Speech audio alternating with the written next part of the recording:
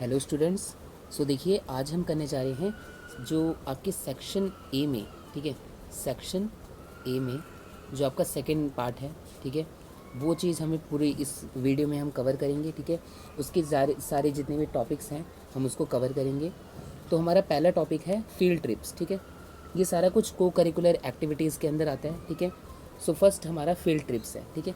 देखो, field trips क्या होती है कि बच्चों को कहीं लेकर घूमने जाना, ठीक है, उनको अलग अलग जगह दिखाना, ठीक है। कोई जैसी चीज़ होगी जैसे साइंस सिटी हो गई, ठीक है, कोई हिस्टोरिक प्लेस हो गई, तो ये होती हैं फील्ड ट्रिप्स, ठीक है।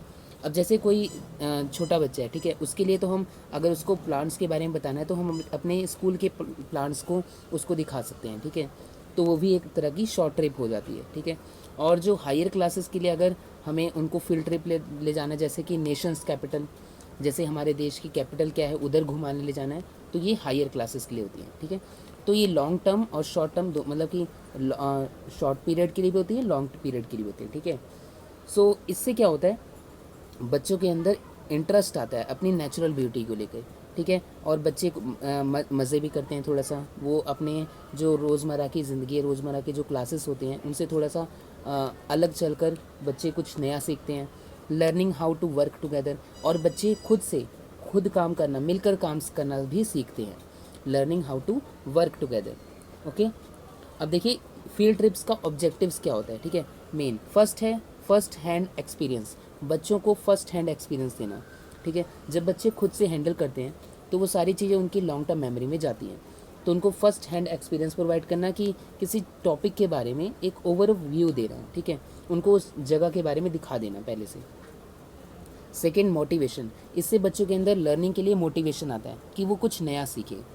Third, meaning to learning, means जो भी वो स्टडी कर रहे हैं उनका उसको मतलब समझ आ जाए, ठीक है, मीनिंगफुल हो, learning becomes meaningful. Fourth, development of observation skills, जब बच्चे फील्ड ट्रिप्स पर जाते हैं तो वो कुछ ऑब्जर्व कर रहे होते हैं, ठीक है, तो इससे उनकी जो ऑब्जर्वेशन स्किल्स हैं वो भी डेवलप होती हैं, ठीक है, टाइम टू टाइम के हिसाब से, ठीक है। फिफ्थ है पर्सनल एंड सोशल डेवलपमेंट, इससे बच्चों के अंदर पर्सनल और सोशल डेवलपमेंट भी होता है। जब बच्चे कहीं घूमने जाते हैं तो सोसाइटी से इंटर रिलेटेड होते हैं, ठीक है, लोगों से मिलते हैं, नए नए साइंटिस्ट से मिलते हैं, ठीक है, अलग अलग जगह जाके, तो इससे उनके अंदर सोशल और पर्सनल डेवलपमेंट भी होता है। अब ये जो फील्ड ट्रिप्स हैं इसके 3 टाइप्स होते हैं।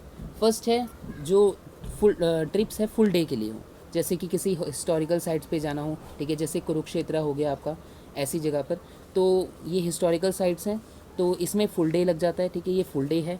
सेकंड है शॉर्ट टाइम के लिए, ठीक है, जैसे किसी फैक्ट्रीज में घूमना, किसी भी तरह की फैक्ट्रीज हो गई, रेडियो स्टेशंस हो गई, न्यूज़पेपर प्लांट्स हो गए, लाइब्रेरीज़ हो गई, म्यूज़ियम्स हो गए, ठीक है, इन सारी जगहों पर थोड़ा सा ही टाइम लगता है, जैसे आधे दिन का, तो ये होते हैं शॉर्ट टाइम के लिए।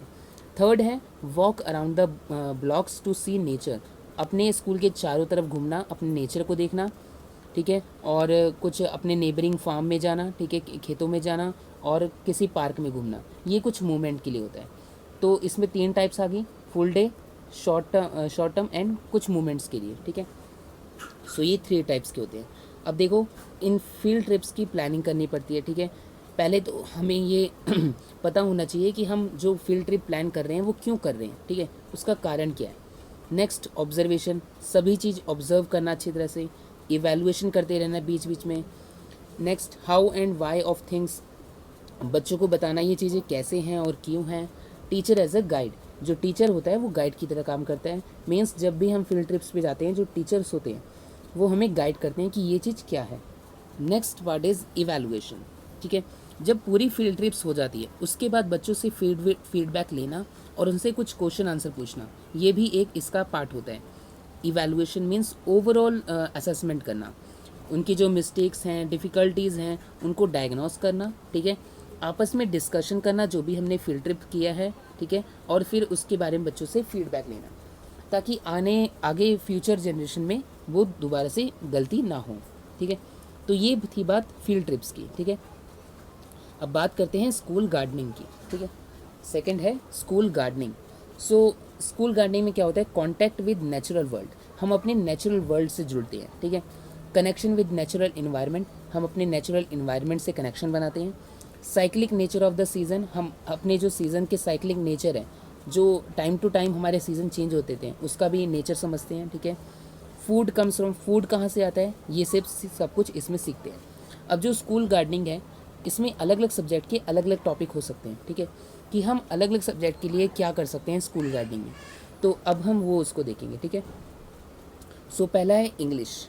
इंग्लिश के लिए हम सबसे पहले क्या कर सकते हैं, इंग्लिश में स्टोरीज़ लिखवा सकते हैं नेचर के ऊपर, ठीक है। बच्चों से स्क्रैप बुक बनवा सकते हैं और न्यूज़ लेटर लिखवा सकते हैं स्कूल गार्डनिंग के ऊपर, ठीक है। इंग्लिश में तो हमारा ये काम हो गया। सेकंड है मैथमेटिक्स। मैथमेटिक्स में क्या कर सकते हैं, काउंटिंग सीड्स, प्लांट्स और फ्लावर्स, इन सबको काउंट करना, ये सारा कुछ मैथ्स के अंदर आ जाएगा। फ्रैक्शन का यूज़ करना, ठीक है, फ्रैक्शन का भी हम यूज़ कर सकते हैं कि कुछ नंबर ऑफ़ प्लांट्स हैं, means 5 and number of trees कितने हैं अपॉन उसका फ्रैक्शन निकालना, ठीक है।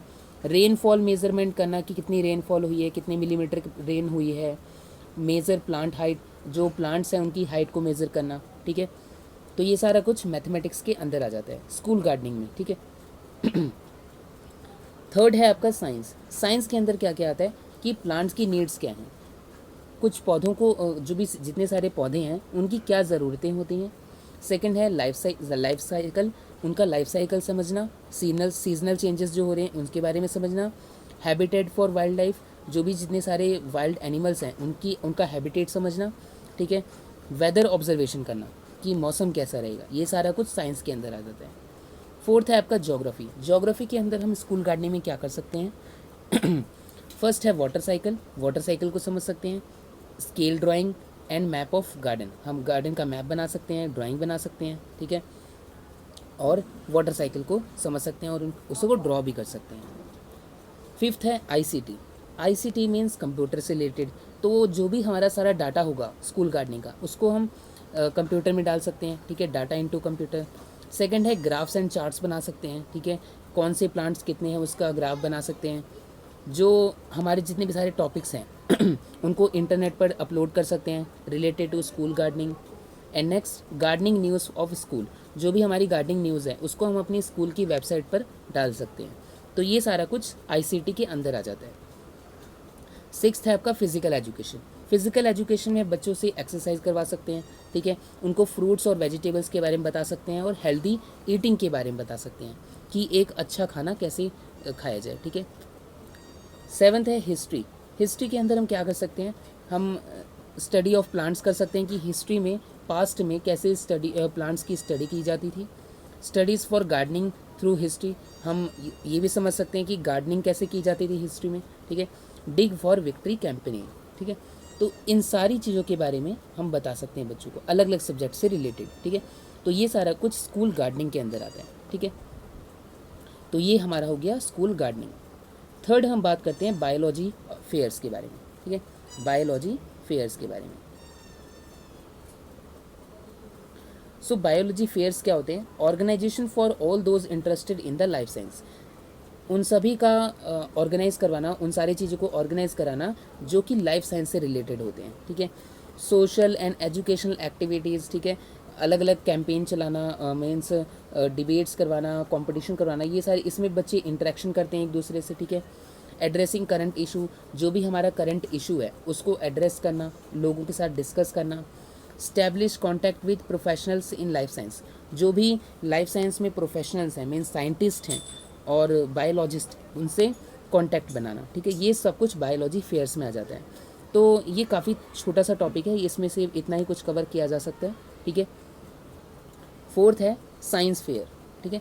साइंस फेयर आपने अपने क्लासेस में भी सुना होगा, छोटी क्लासेस में, ठीक है, साइंस फेयर आप गए भी होंगे। तो ये होता क्या है, इसमें इसके ऑब्जेक्टिव्स क्या होते हैं, फंक्शन क्या होते हैं, ये अब हम पढ़ेंगे, ठीक है।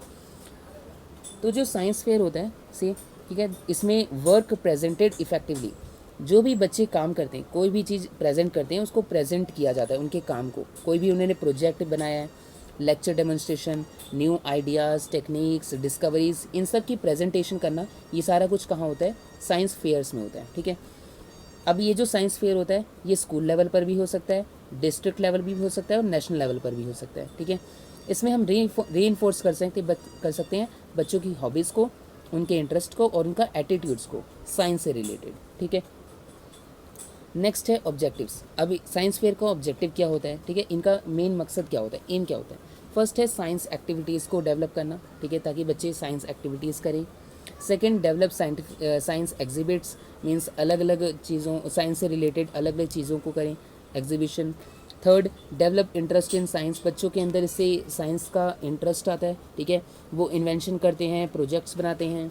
फोर्थ, री इन्फोर्स साइंटिफिक हॉबीज़, उनके अंदर साइंटिफिक हॉबीज़ को डेवलप करना, री इन्फोर्स करना। फिफ्थ, इससे बच्चों के अंदर साइंटिफिक टैलेंट आता है, बच्चे क्योंकि नए नए इन्वेंशन करेंगे, प्रोजेक्ट बनाएंगे, तो उनके अंदर टैलेंट भी आएगा, ठीक है, लर्निंग बाय डूइंग होगा। To encourage student to think creatively, बच्चों को इनकरेज करना कि वो क्रिएटिवली सोचें, ताकि उनसे नए इन्वेंशन हो सकें, नए नए आइडियाज़ के बारे में सोचें, नई टेक्निक्स के बारे में सोचें। Seventh, to developing interest in scientific skills, जितनी भी सारी हमारी साइंटिफिक स्किल्स हैं उसके लिए इंटरेस्ट को डेवलप करना, ठीक है। Second, eighth, to develop critical thinking, उनके अंदर क्रिटिकल थिंकिंग को डेवलप करना कि वो इंडिपेंडेंटली सोचे और कुछ कोई नए नए आइडियाज़ लेकर आएँ, ठीक है।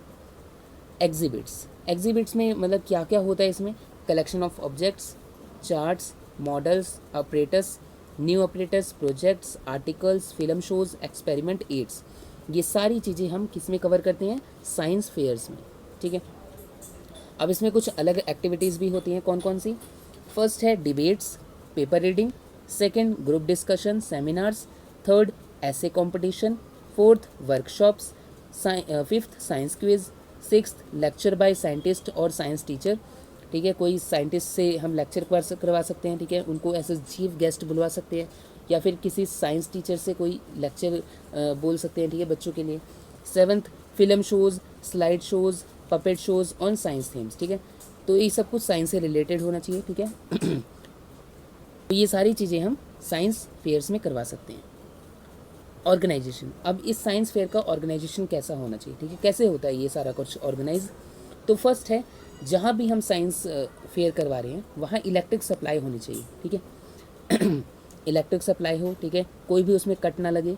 Second, drinking water, toilets, urinals, ये सारा कुछ अवेलेबल होना चाहिए। थर्ड, एंट्रेंस और एग्जिट के लिए प्रॉपर स्पेस हो, ठीक है। फोर्थ, अलॉटमेंट ऑफ स्पेस, सभी साइंस की सभी स्ट्रीम के लिए अपना एक स्पेस हो, ठीक है, बिल्कुल कंफर्टेबल हो। Fifth, effective communication ability, means सभी से कम्युनिकेशन करने के लिए कोई वे होना चाहिए उधर, ठीक है। सिक्स्थ, प्रॉपरली लेबल्ड, कौन सी जगह कहाँ पर है साइंस फेयर में, ये सब कुछ लेबल्ड होना चाहिए, कौन से सेक्शन हैंगे इधर, ठीक है। सेवन्थ, गुड क्वालिटी वायर्स, जो भी जितने भी सारे इलेक्ट्रिकल इक्विपमेंट्स हैं साइंस फेयर में जो यूज़ हो रहे हैं उसमें जो वायर्स हैं उनकी गुड क्वालिटीज़ होनी चाहिए। एट्थ, सिमेट्रिकल फर्नीचर, जो फर्नीचर हो उधर का कोई भी टेबल चेयर हो सब कुछ सेम हो, सिमेट्रिकल हो। नाइन्थ, लार्ज हॉल होना चाहिए, बिग साइज क्लासरूम होनी चाहिए, सेंट्रली सिचुएटेड होना चाहिए, जो भी साइंस फेयर हो रहा है वो सिटी के बिल्कुल सेंटर में हो, ताकि चारों तरफ से, सिटी के चारों तरफ से उधर बच्चे आ सकें, ठीक है, और उसमें पार्टिसिपेट कर सकें।